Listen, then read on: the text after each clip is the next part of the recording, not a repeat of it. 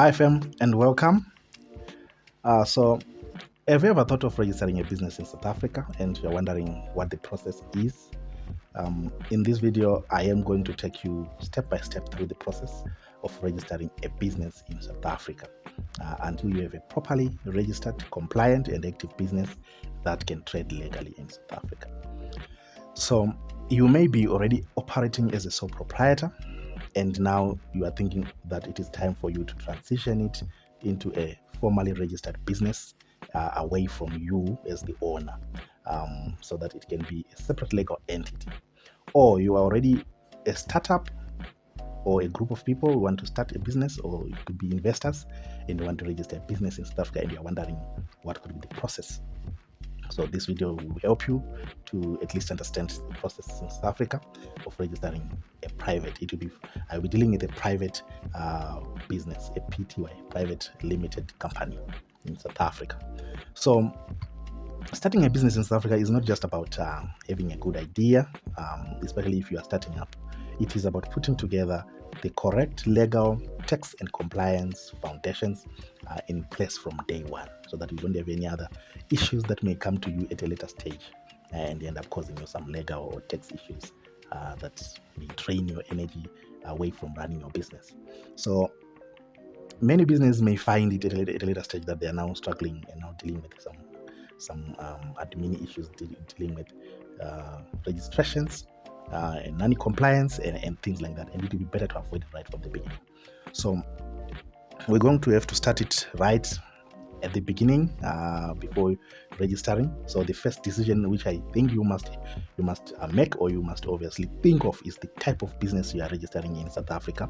And the most common options are usually a sole proprietor, a sole trader, in other words, or a private limited company, known as the PTY, mostly here in South Africa.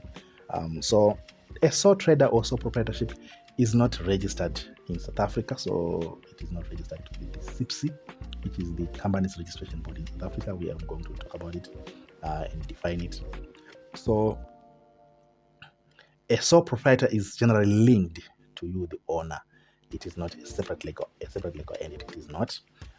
So whatever you do with your business, the owner will be liable to whatever happens to your business, because your assets are linked with that of a business. In the case, let's say, that your business fails to pay debts, your assets, your personal assets, will be attached to pay, or to help pay the debts of that business. So that's the first important thing. And now another one which we talk about is the private limited company, and this one is a separate legal entity and must be registered with the CIPC in a formal legal way. So for most serious businesses, especially if they're coming from abroad as investors and want to grow, work with corporates and protect personal assets away from any debts that or any litigations that may happen in their business, then a private company is the most preferred option, because it can actually protect you to some extent, to an extent, against that. So that's the first thing. And once you have decided that you are registering a private company instead of a sole proprietor, then the first step you must do is to create a profile under the CIPC. So CIPC is the Companies and Intellectual Property Commission in South Africa. It is the body that deals with registrations of companies. So what you do is you go to their CIPC e-services, and you Google there, you get to their website, you sign up, or you create an account. That's the first thing. Just like you create an account for Facebook or for any other thing, it is the same process you would do to create your account on the CIPC, whether you are a local or a foreign national. So once you create your account, you follow the steps there. It will create you a customer code.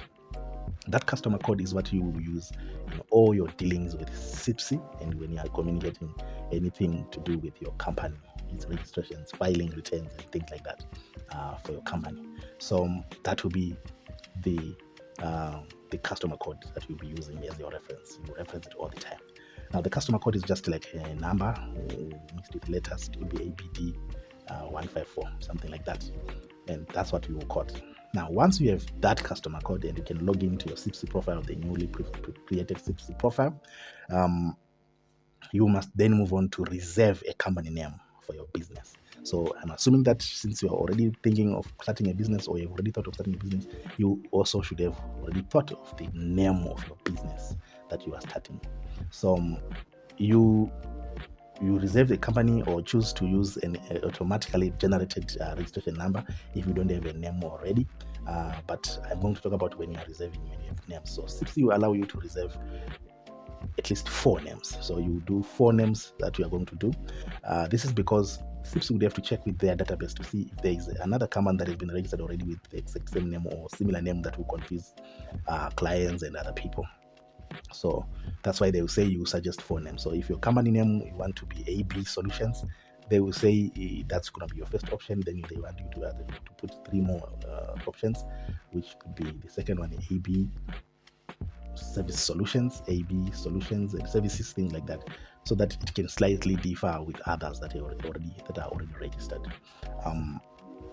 So when that is done, when you're registering, you need to submit some documentation, usually your director ID or directors IDs if there are many directors, some contact information, and some proof of address, things like that. Now, and usually that proof of address should be an address that is in South Africa, because you are saying you're going to be operating your business in South Africa. So once it's approved, CIPS will issue a registration certificate amongst other documentations that are there, the memorandum of incorporation, the SARS registration document, which usually CIPS does it automatically, generate that documentation. So this documentation, where the registration certificate, will be confirming that your company is now legally existing. It is registered. But at this point, most people would think that their business is now fully registered, but it is actually not fully registered, because all the other things that are required for a business to be fully registered are still not yet there. So the next step is registering the business with SARS for income tax. This is mandatory because every company in South Africa must be registered for income tax, even if it is not yet operating or making any money.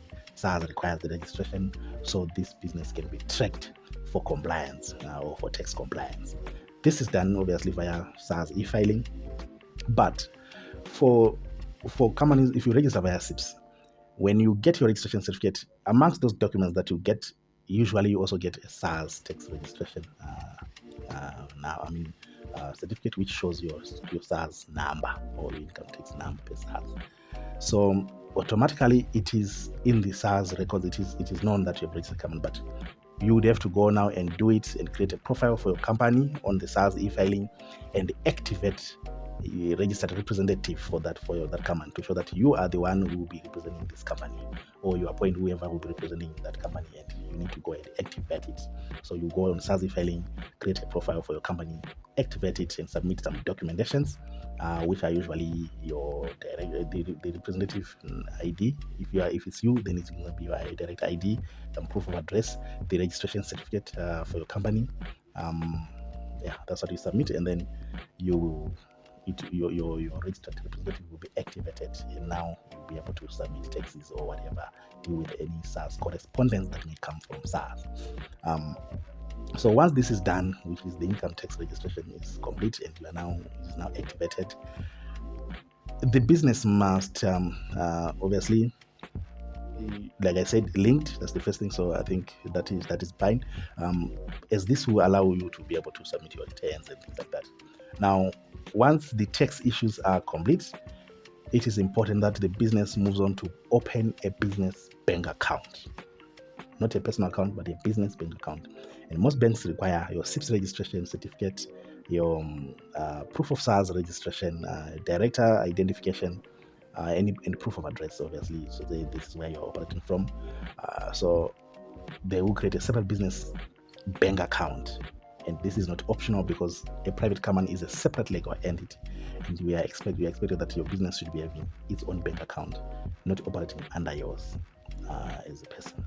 So that's what should be there. And mixing personal and business finance usually creates some tax, legal, and governance problems. It's not supposed to be done, especially as the business is growing.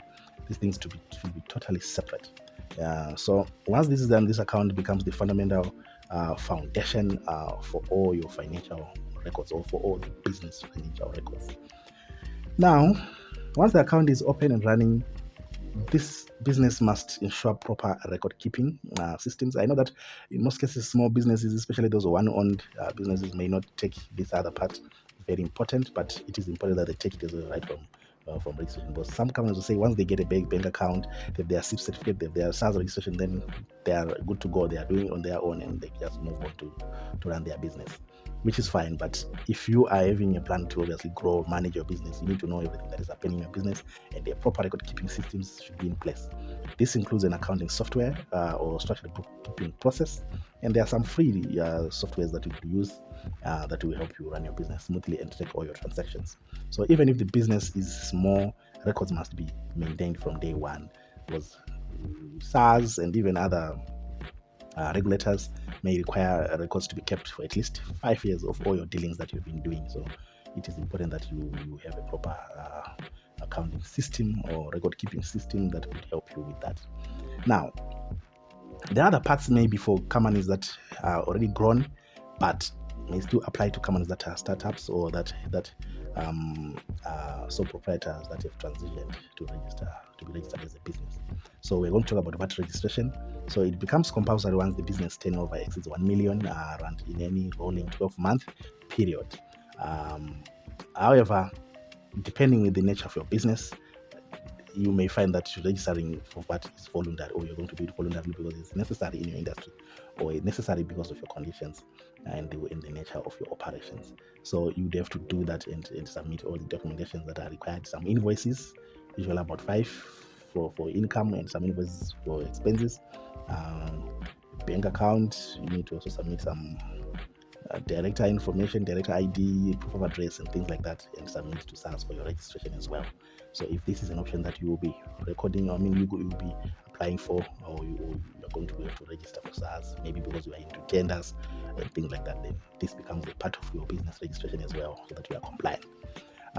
Another one is after tax registrations, the business must also comply with statutory registrations related to employees. If your business is going to employ right away after being registered, so if you are going to employ your first employee, then the business needs to be registered in terms of payee, UIF, SDL with SARS and the Department of Labor.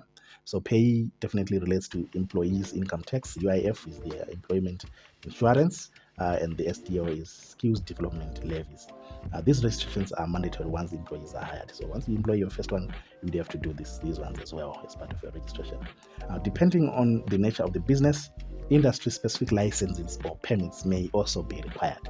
For example, businesses in food, transport, security, construction, or regulated professions like accountants, tax practitioners, and things like that may need municipal approvals or professional board registrations or sector-specific licenses to trade legally. So you may need to also do that before you actually trade. So the final step is ensuring ongoing compliance. Now, this is after you're already trading, so maybe 6 months into your trading, year later, every year going forward. The business is only considered fully active when it is not only registered but also compliant as it is operating. So this includes submitting your CIPC annual returns, tax filings, tax returns, maybe renewal of licenses or permits, whatever industry that you are in, paying taxes obviously when due, and maintaining your records and meeting regulatory obligations and things like that. So many businesses may be deregistered or penalized simply because they ignore ongoing compliance. But that's about compliance and continuous approval and compliance is going forward. The focus was on registration and having your business fully registered and legal to operate. I hope this is helpful to you, and if it was, please share, subscribe, follow, and also watch other videos that we've done. Thank you.